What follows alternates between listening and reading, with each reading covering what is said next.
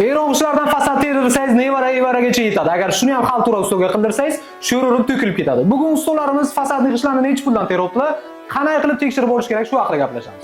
Assalomu alaykum ustojon. Fasadni g'ishtlar ham metr kvadratga teriladimi? Bularning hisob kitobi qanday bo'ladi? Shaxsiy ma'lumot bersangiz. Hozir biz metr kvadratga emas, donasini teriyorimiz bu g'ishtlarni. Devorlar unaqa rassaniyasiga qarab 1800 dan o'zimiz noqasi orqalari rastvorga bo'ladi. Narxi orqa oldin joyiga qarab bo'ladi. Eski fasadlarni ustidan qildirmoqchi bo'lsalar, arzonroq bo'ladimi shunda? Arzonroq bo'ladi. Necha bo'ladi? 1600 dan bo'ladi. 1600 dan bo'ladi. Har xil fasadlar, bir xil dizaynerskiy ishlar aytsalar, ular qanaqa bo'ladi? Dizaynerskiy ishlar, tirzalarni oldi yo darvozalarni oldi bo'lsa, masalan, oddiy tirzalarga 350 dan 500 gacha dizayn kirgizamiz. Birinchi marta usta ishlatayotganlar, eron ishlarini qildirayotganlar, qanday qilib tekshirib olsa bo'ladi ishlarini? Vertikalni aslini bu podrashkani vertikalni aslini keyin gorizontalniga qarab, shoflariga, vertikalni gorizontal shoflariga qarab, o'ringa qarab tekshirib olishlari mumkin. G'ishtlarni qanaqa rastvorga terasiz? Kafilniklarmi yo maxsus rastvor qilasizmi? Yo'q.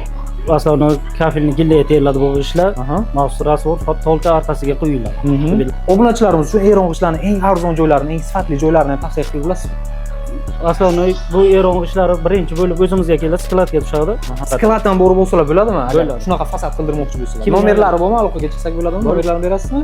Nomerlarni qo'yib qo'yamiz. Bo'ldi. Katta rahmat akajon, ishingiz qurilish montaj qoidalariga to'g'ri kelsa, sizning kanalingizga obuna bo'laman-da, pastda nomerlaringizni ham qoldiraman. Eron g'ishtlarini va'da qilganingizdek, sklad nomerini ham berasiz, obunachilarimiz uchun pastda qoldiramiz. Kelishdik-a? Kelishdik. Rahmat. Mayli. Rahmat.